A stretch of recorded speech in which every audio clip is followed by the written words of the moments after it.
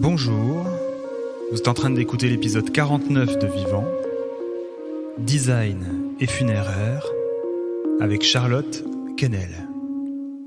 Vivant, ce sont toutes les 3 semaines des conversations ordinaires mais inspirantes, singulières et rassurantes pour éveiller votre conscience. Mes invités ont accepté de partager leur histoire et avec eux, vous découvrirez que parler de la mort, c'est avant tout parler de la vie. Ici Teddy Broadley de Tranquillité.fr, je vous souhaite la bienvenue dans ce podcast Vivant. Je ne sais pas vous, mais dans toutes les cérémonies d'obsèques que j'ai pu vivre, j'ai toujours trouvé le mobilier froid, austère, sans âme. Dans cet épisode, je pars à la rencontre de Charlotte Quesnel, cofondatrice de Néorite. Néorite est une jeune entreprise française de mobilier funéraire qui allie à la fois design, rituel, pour procurer aux familles un apaisement dans ces moments si intenses en émotion. Mais je ne vous en dis pas plus et laisse place à mon échange avec Charlotte Quesnel. Bonjour Charlotte, bienvenue dans Vivant. Je suis hyper content de t'avoir ce matin, en cette belle journée. Comment ça va ? Écoute, très bien. Bonjour Teddy, merci beaucoup pour cette invitation dans Vivant. Et oui, ça va bien aujourd'hui. Super, c'est bien, à chaque fois que je te parle, tu baisses les yeux, tu t'as pris des notes pour me répondre ou non ?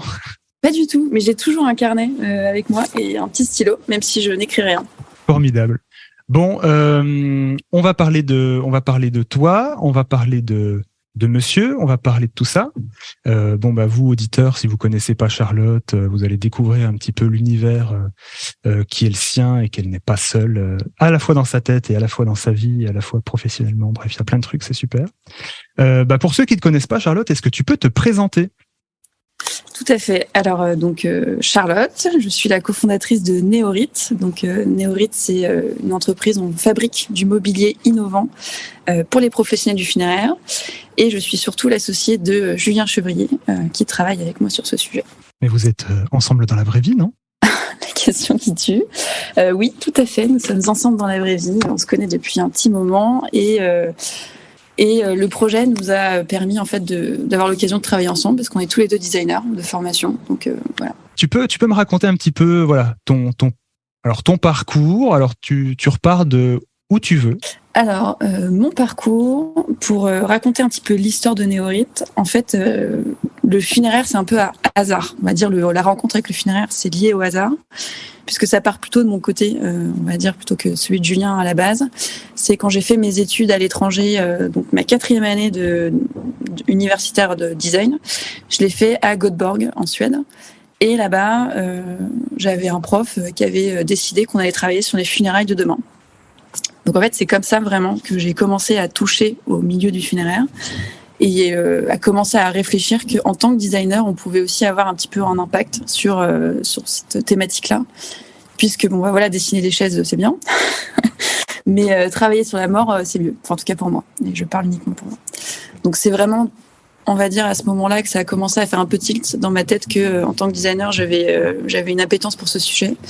Et quand je suis rentrée en France, c'était le moment où il fallait choisir un projet de fin d'études, son mémoire, enfin tout le gros projet. Le petit pack. Voilà. Te prend 2 ans, il faut bien que tu choisisses, sinon tu risques de souffrir. Et en fait, moi, j'étais dans un master qui était plutôt orienté sur la ville, les nouveaux espaces urbains, etc. Et en fait, je me suis dit, mais moi, je veux pas travailler sur la ville, enfin, je veux travailler sur les cimetières.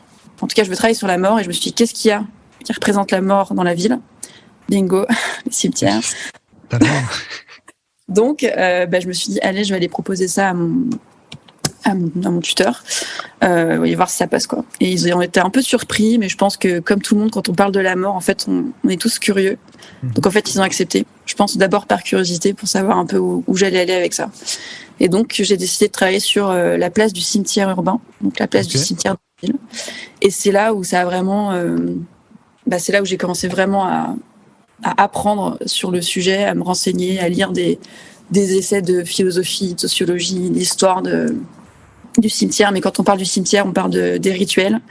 Et c'est là où ça a aussi titillé une corde très sensible chez moi, c'est toute la notion de ritualité. et de sens qu'on donne avec des gestes face à la mort. Et ça, vraiment, c'est ce qui a orienté après mon projet de fin d'études, où je me suis dit, j'ai encore un petit peu poussé le vice. Je me suis dit, bon, j'ai pas envie de faire un truc dans les cimetières, mais lié au cimetière, il y a les gens, il y a les défunts. Bon, je vais aller dans les salles de cérémonie. Et donc, mon projet de fin d'études, c'était la première version du catafalque qu'on commercialise aujourd'hui, La Source. Et c'est vraiment la V1, quoi, les premières idées à date de cette époque-là. 2017 2017, oui. Le premier dessin, c'est ça? Oui, le premier dessin qu'on a partagé la semaine dernière. On l'a retrouvé dans les placards, en fait. Et c'était assez drôle parce que on voit qu'il y a une forme d'innocence aussi dans la façon de la représentation. Et on n'était pas du tout contraint aussi aujourd'hui avec la connaissance qu'on connaît aussi du milieu. Mmh. C'est une forme de naïveté que des fois j'aimerais retrouver un petit peu dans la créativité notamment. Ok. Donc voilà. Mais ça nous emmène pas à Julien, qui est quand même. Non, ça nous emmène pas à Julien. Alors du coup, il arrive quand, Julien? Eh ben Julien, il arrive qu'en fait on était donc tous les deux designers. Julien, il avait déjà monté sa boîte à côté. Donc lui, c'était plutôt dans du mobilier mural, des décorations murales. Et il trouvait pas forcément il expliquera mieux que moi, mais voilà, c'était pas, en fait, il se rendait compte que c'était pas vraiment ce qu'il voulait faire. Moi, j'avais un job alimentaire dans un autre secteur. Nous ne dirons pas lequel. Nous ne dirons pas lequel. Non, je vais pas de secret, mais voilà. Et en fait, justement, dans ce secteur-là, j'ai eu l'occasion de retravailler sur les sujets autour de la mort. Et en fait, cette petite réflexion, je me dis, je peux pas tester ce projet. En fait, le projet à la base, c'était même pas une boîte, c'était comment on met La Source dans une vraie salle de cérémonie, quoi. Et c'est là où Julien, il avait déjà des compétences dans l'entrepreneuriat. Et je pense qu'on avait déjà, je lui avais déjà proposé, en fait, avant même que moi je rentre dans un autre taf et lui dans sa boîte, de s'associer pour Néorite. Il n'avait pas voulu, parce que je pense que ni l'un ni l'autre on était prêts à avoir cette association-là. Et puis lui, il n'avait pas encore, je pense, cette connexion avec le funéraire qu'il a eu, en fait, petit à petit. Et quand c'est lui aussi, il a commencé à être passionné par le sujet. C'est là où on a voulu partir ensemble sur cette aventure. Donc lui, il est vraiment plutôt designer produit industriel. Et moi, je suis plutôt designer donc service expérience. Donc c'est vraiment une complémentarité des savoir-faire qui fait que on a aussi décidé de s'associer comme ça. C'est bien. Tu m'as parlé de plusieurs choses dans ce que tu m'as dit. Tu m'as parlé de hasard. Tu crois vraiment au hasard, Charlotte? C'est un peu comme si tu me demandais si je croyais en Dieu ou si je croyais en la vie après. Je t'ai pas demandé ça. Je t'ai demandé est-ce que tu crois au hasard. Non, mais pour moi, je dirais pas que c'est la même chose, que c'est pas du tout la même chose, mais c'est en fait des réponses sur lesquelles on peut pas forcément répondre. Donc, en tout cas, moi, j'ai pas la réponse à ça. Est-ce que je crois au hasard? Je sais pas si c'est le hasard, mais je pense que c'est comme tout, en fait. Ça dépend. Il y a plein de gens qui ont fait la même formation que moi. Il y a d'autres étudiants qui ont fait le même sujet que moi et qui n'ont pas accroché, en fait. Donc, c'est juste une question de personne au bon moment, au bon endroit, et ça a résonné à ce moment-là. Et donc voilà, c'est tout. Mais en soi, est-ce que c'était une destinée que je tombe sur ce sujet-là? Peut-être pas. J'en sais rien. J'en sais rien. J'en sais rien du tout. Tu m'as parlé de rituel, de sens, et que vraiment que c'était quelque chose qui titillait une corde sensible chez toi. Qu'est-ce que ça va chercher justement cette question du rituel, cette question En fait, ce que je trouve très beau dans la ritualité, c'est justement d'essayer de donner du sens. Alors le sens, on détermine comme on veut, mais sur des choses où à la base on ne sait pas comment faire, ou même les mots on n'arrive pas à en donner, quoi. Et donc du coup on fait des gestes, et moi je trouve ça très beau de regarder des rituels, que ce soit religieux ou pas, même des rituels familiaux. Il y a plein de trucs même dans la vie de tous les jours, dans le quotidien, où en fait il y a plein de petits rituels, et ben en fait ça donne du sens, ça nous permet d'exister, de dire que c'est comme ça, et parce qu'on est plein d'autres à l'avoir fait avant, et donc ça donne du sens, quoi. Alors que c'est peut-être la seule façon de donner du sens à certains moments dans nos vies. Et ça, c'est ça qui me... je sais pas, je trouve ça très beau, quoi. Ouais, ça te fascine. On voit dans tes yeux, c'est chouette. Ouais, ça me fascine. Ok.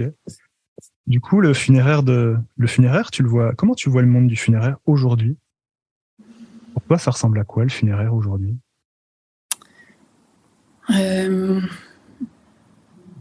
À quoi ça ressemble le funéraire aujourd'hui? Et t'as le droit de faire une réponse ambivalente, hein?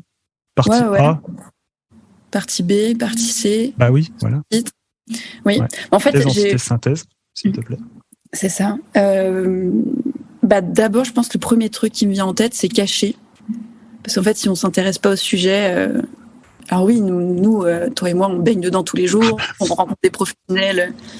Enfin voilà. Et encore que, est-ce qu'on baigne dedans tous les jours? Oui, non, c'est pas comme les Ah, c'est pas comme les conseillers funéraires ou les thanatos ou ces métiers-là ou les directeurs de pompe qui sont dedans, quoi. Ouais. Donc, je pense que nous, on a aussi un petit peu cette position encore plus facile. C'est qu'on peut en parler des heures sans avoir à être touché directement par la vérité et le chagrin des familles directement. Mm-hmm. Mais je dirais que c'est quand même caché, quoi, parce qu'en fait, dès qu'on en parle à quelqu'un, sur le fait qu'on a créé Néorite ou même de la mort en général, c'est même pas que c'est tabou, mais les gens sont surpris. Et c'est ce que je disais au début, il y a une forme de curiosité, comme si c'était un truc, une occasion de parler d'un truc où on a plein de questions, quoi. Et moi, ça m'étonne toujours, en fait, de me dire que les gens sont toujours super contents d'en parler, et en même temps, on n'en parle jamais. Et en même temps, quand il y a des sujets sur des bouquins ou des revues sur le sujet, c'est pas, les gens vont pas jeter dessus non plus, quoi. Non, ça, donc il y a un truc de, on est passionné, un peu comme presque une passion un peu malsaine, quoi. En fait, on a envie de savoir des trucs, mais pas trop. Voilà. Donc d'abord, je dirais que le monde du funéraire, il est caché. Et après, quand on est dedans, que c'est là, si je parle plutôt du métier, c'est vraiment des gens qui sont passionnés et passionnants du coup, enfin qui en deviennent passionnants. Et ça, c'est quand même super chouette. Surtout que nous, on a souvent l'occasion d'aller sur le terrain, donc de rencontrer des conseillers, des thanatos, des gens qui travaillent dans le secteur tous les jours. Et j'aime beaucoup comment ils parlent de leur métier. Même si, je suis pas forcément d'accord avec tout, et c'est normal, parce que moi, j'ai une vision qui est différente de ce qui se fait aujourd'hui. Mais la passion, en tout cas, on pourra jamais la retirer, quoi. Non, c'est le truc qui est fascinant dans ce milieu-là, en fait. C'est que tous les gens avec qui tu discutes, en fait, t'es globalement bien reçu. Enfin, c'est difficile, c'est rare que quelqu'un n'ait pas envie de discuter, ne serait-ce que le bout de gras 5 minutes pour non, mais c'est vrai, hein. C'est vraiment cool. Et puis tu sens que, en fait, t'es pas là par hasard quand même, quoi. Il y a un truc, il y a quand même une sensibilité. C'est la grande majorité des gens qui bossent là-dedans, quoi. Et c'est vraiment, c'est vraiment cool. Tu peux nous parler un peu du coup de la source maintenant, ou de Néorite, de Néorite aujourd'hui, et de en fait votre proposition et votre proposition de valeur sur ce que vous avez conçu. Alors, je disais en introduction qu'on était fabricant de mobilier funéraire innovant. Nous, ce qu'on s'est dit, justement, c'est quand on est parti de la source, et ça, c'est le processus design. À la base, c'était pas un business, c'était comment donner du sens parce qu'en fait, faut remettre les choses dans leur contexte. Il y a une laïcisation de la population, donc les gens croient de moins en moins en Dieu. Il y a de plus en plus de cérémonies civiles qui sont liées à ce facteur-là et à la hausse de la crémation. Les lieux, le crématorium notamment, qui était un lieu technique, qui s'est transformé en lieu d'accueil en quelques décennies. Enfin, il y a eu des mutations énormes dans ce milieu-là. Et donc, les professionnels, ils ont dû adapter très, très vite, en tout cas proposer des solutions aux familles, très, très vite, mais j'ai envie de dire aussi un peu à leur sauce, comme ça, parce que ils n'avaient pas le choix. Et donc, à la base de la source, c'est comment proposer une forme d'alternative à la cérémonie traditionnelle. Et quand je dis traditionnelle, c'est par exemple, tu vas dans le lieu de culte, ou tu vas à l'église parce qu'en fait, t'as pas du tout envie d'aller au crématorium parce que la salle elle est glauque. T'as des néons au plafond, t'as au fond de la salle un tableau avec un chemin qui va vers l'infini, mais il y a un truc qui sonne faux, quoi. Et c'est là où je pense que pour beaucoup, même si on croit pas en un Dieu ou en Dieu dans l'édifice dans lequel on est, en fait, ça fait plus de sens d'être avec la communauté qui y croit à la limite, de faire tous ces rituels qui font sens et qui ont été faits depuis des millénaires, que d'être dans un endroit vide de sens, en fait. Et c'est quand même triste, parce que je veux dire, y a pas de lieu qui te représente à la fin et qui te permette de t'exprimer. Parce que c'est pas parce que tu crois pas en Dieu que tu crois en rien. Ça, c'est vraiment très différent. On a quand même tous besoin de symboles, etc. Et la source, c'est un catafalque qui permet la mise en place justement de nouveaux rituels au moment de la cérémonie, notamment autour de la symbolique de l'eau. Donc en fait, il y a un catafalque, c'est le catafalque, devant il y a on appelle le bassin, alors c'est une partie où il y a de l'eau. Et au moment du geste d'hommage, les familles et les proches sont invités à déposer un objet d'hommage. Donc ça peut être une bougie, une fleur, un mot, un peu ce qu'on veut en fait. Et lorsque tous les proches en fait ont déposé leur objet d'hommage dans l'eau, les objets d'hommage viennent avec un léger courant de part et d'autre du défunt, du cercueil en fait. Et simultanément, le cercueil descend progressivement dans le catafalque, ce qui marque la fin de la cérémonie. En fait, c'est ça qu'on a voulu faire. C'est un outil pour les professionnels, pour que eux-mêmes puissent proposer des alternatives à leur famille. Ça, c'est une possibilité de mise en scène, en fait, mais parce que les rituels, c'est de la scénographie. Bon, il pourrait y en avoir plein d'autres avec cet outil-là, en fait, avec ce catafalque. Mais voilà, c'est des symboles qui sont universels, qui sont utilisés dans plein de religions. L'eau, on n'est pas les seuls à y avoir pensé, la bougie non plus, hein. Il y en a quand même beaucoup. Mais c'est ça aussi qui fait la force, c'est qu'on réutilise des choses qui parlent un peu à tous. En tout cas, qui pourraient être amenées à toucher, d'une façon ou d'une autre, quelque part, un petit moment, quelqu'un. Donc ça, c'est le catafalque, la source. Puis on a un deuxième catafalque qui est l'universel. Et à la base, on s'est jamais dit qu'on allait faire des catafalques, mais en fait, on s'est rendu compte que pour commencer à proposer des alternatives aux familles, il fallait proposer des outils aux professionnels. Et donc, un outil qui, pour nous, avait été peu réfléchi, en tout cas, qui avait beaucoup de potentiel, mais qui n'avait pas forcément été amené, c'est justement le catafalque. Parce que le catafalque, c'est quand même le support de la dernière scène du défunt, quoi. Alors, il n'y a pas que ça, bien sûr, il y a le conseiller, il y a le maître de cérémonie, il y a la famille, il y a les proches, mais c'est quand même son dernier espace, quoi. Et donc, l'idée, c'est comment on peut le personnaliser, comment on peut s'approprier cet espace et le rendre vraiment le plus semblable à la personne qu'elle était. Donc, ça marche pour la source, mais ça marche aussi pour l'universel, où là, c'est un catafalque qui est plutôt pour les chambres funéraires. Et en fait, il y a plusieurs accessoires qui viennent de se clipser. Donc, c'est des tablettes qu'on met à l'avant, sur le côté, un emblème religieux qu'on vient aimanter. Et donc, ça permet de pouvoir mettre les photos, par exemple, au même niveau que la tête du défunt. Pouvoir mettre des médailles, pouvoir mettre des objets personnels. Parce qu'aujourd'hui, on pose des fleurs par terre, par exemple, ou on pose des objets, on les pose par terre. C'est des petits détails, mais ça permet déjà ça facilite pour la famille, en fait, le processus qui est à venir aussi.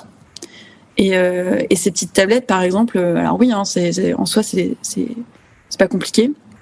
Par exemple, pouvoir mettre l'urne à côté du défunt, pour certains, ça peut être hyper important, parce que pour beaucoup de familles, quand on les interroge, en fait, ils n'ont pas vu l'urne pendant toute la préparation de la cérémonie ou des obsèques. Et en fait, à la fin, ils se retrouvent avec une boîte comme ça. Et là, c'est un choc, quoi. Parce qu'en fait, on passe de la grosse boîte à la grosse boîte à la petite boîte. Et donc, le fait de pouvoir déjà, pendant la cérémonie, faire le lien visuel, en fait, entre mon défunt, sa situation actuelle et son devenir, ça, dans un sens, ça n'a pas de prix, quoi. Donc, ça change tout. C'est ça. Et donc, nos conceptions de produits, on fait pas du mobilier pour du beau, on fait du mobilier pour qu'il soit utile et toujours dans cette quête de sens pour qu'il fasse sens pour les familles. Si tu avais un livre, justement, un film, un docu, enfin quelque chose en tout cas qui t'a nourri dans ta compréhension du milieu du funéraire, etc., ou voilà, quelque chose qui t'a vraiment percuté, que tu aimerais partager, ça serait quoi ? Alors, je t'avoue que j'ai un peu préparé cette question, quand même, parce que je sais qu'elle arrivait. On sent l'auditrice fidèle.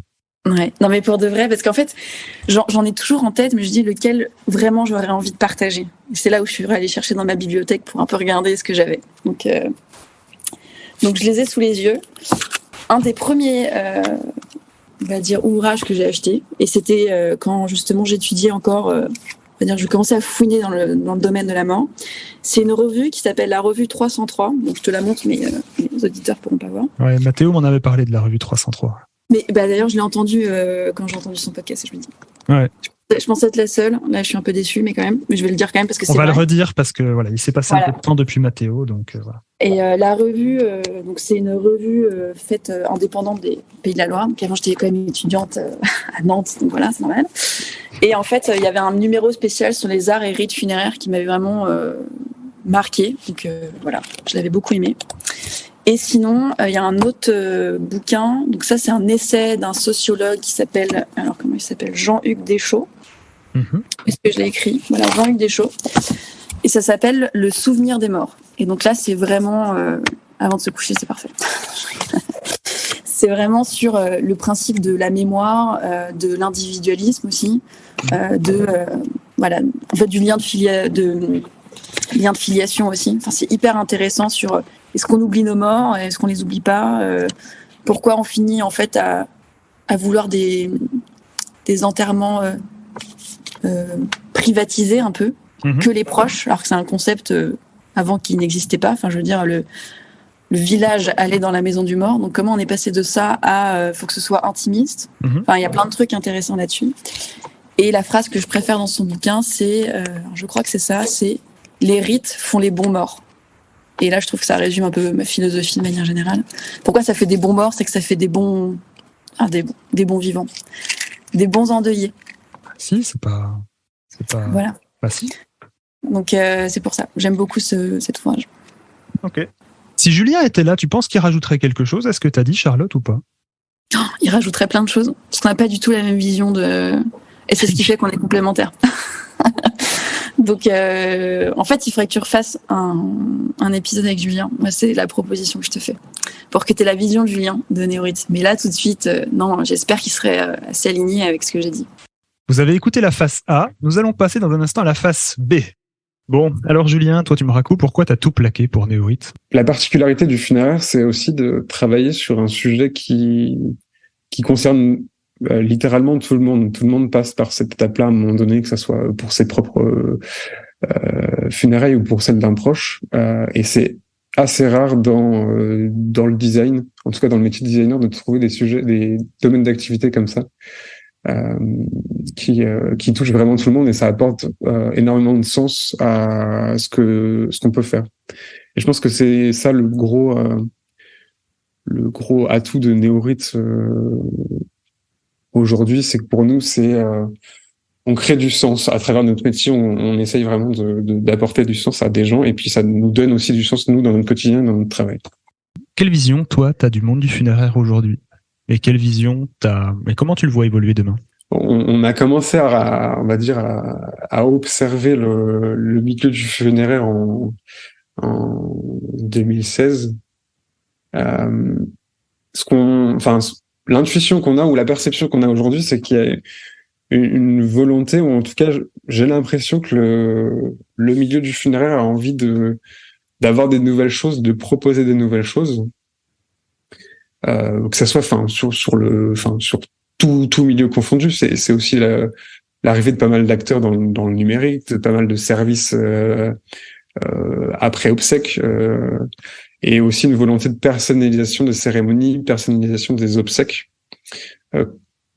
En tout cas, que j'avais pas l'impression qu'elle était aussi présente quand on a commencé à observer le milieu. Donc j'ai l'impression que ça va dans cette dynamique-là, et du coup le milieu est aussi en attente de nouvelles choses, et a envie de pouvoir proposer de l'innovation, c'est peut-être un peu gros comme mot, mais des alternatives aux familles, ou en tout cas de pouvoir proposer des choses qui soient plus proches de ce qu'elles recherchent. À ton avis, toi qui connais bien Charlotte, qu'est-ce qu'elle aurait pu dire, qu'est-ce qu'elle aurait pu ne pas dire, que toi seul pourrais dire au sujet soit de Néorite ou soit de la chose que Charlotte n'aurait pas dite? Honnêtement, je pense que Charlotte a pu parler de à peu près tout ce qu'on peut parler sur Néorite, parce que c'est vraiment elle qui, on va dire, qui porte la vision aussi de Néorite.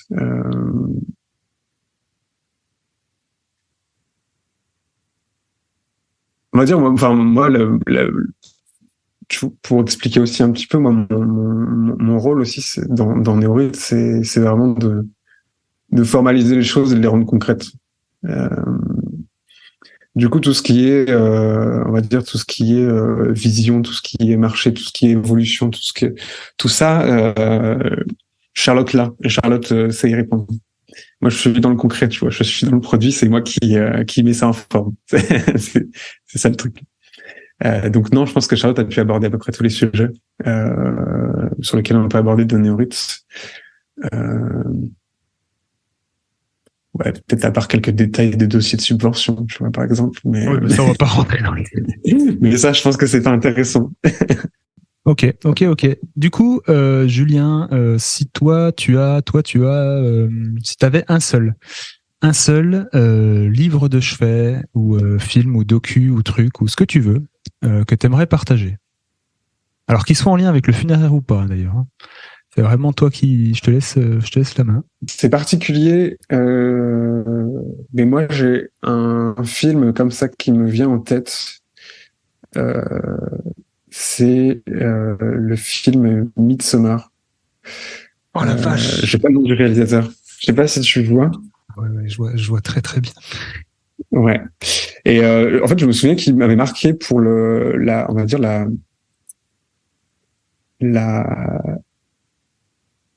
comment je pourrais expliquer ça, mais L'esthétique. l'esthétique d'une part, oui, ça c'est sûr, mais c'était on va dire le caractère brut de la mort.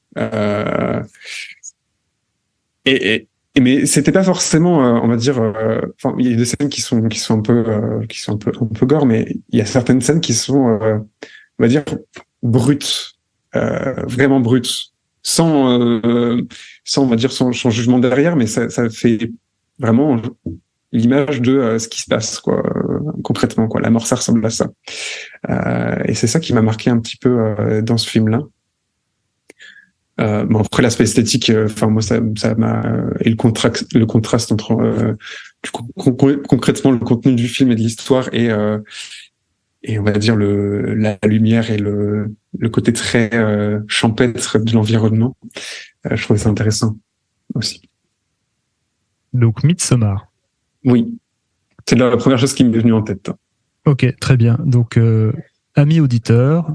Ok, si vous voulez aller voir ce film ou regarder un peu, donc Midsommar, voilà, c'est Midsommar, voilà, et c'est un film d'Ari Aster. Voilà. Ari Aster étant un peu spécialisé dans les films un peu, comment dire ça, qui pourrait être considéré un peu comme à la marge quand même, hein, parce que c'est un peu particulier, tu vois, faut avoir envie de le regarder le truc. Même si le pitch de départ est très bien, le film il est ce qu'il est. Et il faut être préparé. Donc c'est pas à mettre devant voilà, âme sensible s'abstenir, c'est pas gore comme un film d'horreur traditionnel, ou ce que vous pourriez avoir l'habitude. C'est, comme il a dit, c'est brut. C'est le mot, c'est vraiment brut. C'est vraiment brut. Ok. Si t'avais un mot de la fin, du coup, un mot de la fin, du coup, ça serait quoi? Pour un mot de la fin, je dirais que j'ai hâte de voir ce qui va se passer dans les prochaines années, parce que j'ai la sensation qu'il va se passer beaucoup de choses, en tout cas dans le milieu du funéraire, et j'ai hâte de voir ce qui va se passer, et j'ai hâte de voir aussi ce qu'on va pouvoir proposer du coup dans ce milieu-là. Donc voilà, j'ai pas le mot justement. C'est impatient, non? C'est pas ça le mot qui va avec? Non, justement, c'est pas de la patience, mais j'ai hâte. On va dire, c'est la hâte. Je suis curieux de voir vers où ça va aller. C'est plutôt ça, la curiosité. Si je devais te laisser le mot de la fin, du coup, tu dirais quoi, Charlotte? Ça, je l'ai pas préparé par contre. Bah non, c'est bien parce que sinon c'est. Le mot de la fin. Continuons tous ensemble à travailler dans ce domaine qui est fabuleux. Moi, je trouve que c'est génial de voir qu'on est beaucoup à essayer de faire des choses. Et puis que c'est un secteur qui est vraiment passionnant. Et écouter le podcast de Vivant, bien sûr, pour en apprendre davantage. Merci beaucoup, Charlotte, pour ce bon moment passé ensemble. C'était trop cool. Merci à toi. Merci beaucoup pour l'invitation. Donc, bonne continuation à vous, bon vent, et puis prenez soin de vous. Hein. Bah oui, à toi aussi. Merci beaucoup. À bientôt. À bientôt. Voilà, c'est fini pour aujourd'hui. J'espère que cet épisode vous a plu. Pour soutenir Vivant, vous pouvez mettre une note 5 étoiles sur Apple Podcast et Spotify avec un commentaire. Et puis, partagez, bien entendu, cet épisode sur vos réseaux sociaux, likez, commentez, ou pourquoi pas en parler tout simplement autour de vous et à vos amis. Vous dire aussi que Vivant vient de dépasser les 100 000 écoutes depuis sa création, donc merci beaucoup d'être présent, de votre fidélité. Quant à moi, je vous donne rendez-vous dans 3 semaines. Mon invité sera Valérie Seguin. On parlera des expériences de contact spontané avec nos défunts, de notre intuition et comment celle-ci peut nous guider dans notre vie. Je vous dis à très bientôt et surtout, prenez soin de vous.